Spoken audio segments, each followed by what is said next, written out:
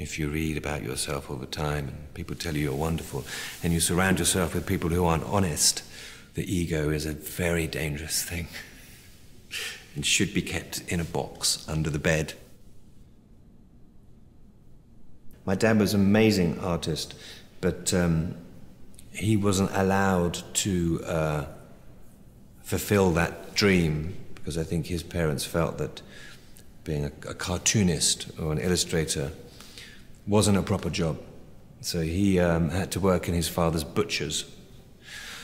I remember seeing his pictures on the wall at home when we were young, and he was really good. And he took us to see Star Wars in Leicester Square when it opened. And obviously I was completely, inspired by this film. So I started drawing my own Star Wars comics and drawing pictures of Chewbacca and, and that's when I started drawing. And I think I was quite a fidgety child. I think I was noisy and I was probably a bit of a pain. I was always distracting the rest of the class and I talked too much. And when I'd sit at home and I would draw, I was quiet and I was content and I was lost. And I would do it for hours and hours and I would, I wouldn't even realize what the time was. And it's still the same even today. I mean, I'm not fidgety and too annoying anymore. But it's trying to find this moment where you're lost in your work. I mean, you can always drink a nice bottle of wine or, there are other ways of sort of drifting off into a wonderful place. But for me, it's this. The drawing just happens. Everything just happens. And suddenly you reach a point where it's perfect. And every move you make with your hand and every thought you're having, and it's growing in front of you. And there are no mistakes.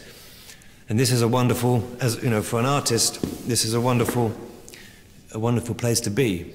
If I get an hour like that, I'm quite happy.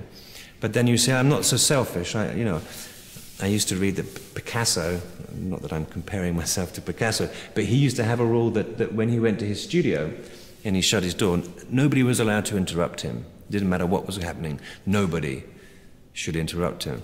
And unfortunately, I let myself be interrupted far too much.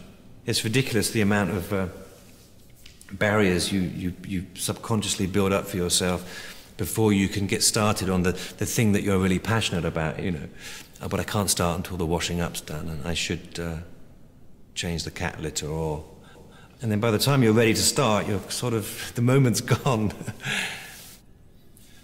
I haven't reached the point where I think I'm good at this. That's the drive. I know that it's in me to be really good at it, and I think I've come close a few times, but I don't usually look at things I've completed and feel content. Which then means the next thing you start, you go into it with that attitude that at this time, I'm going to get it right. And that's the drive, really, each time. But it doesn't mean that it's, it's a thankless task where you hate everything you do, but it's, I'm never content. Maybe I never will be, but I secretly know that is what makes you grow.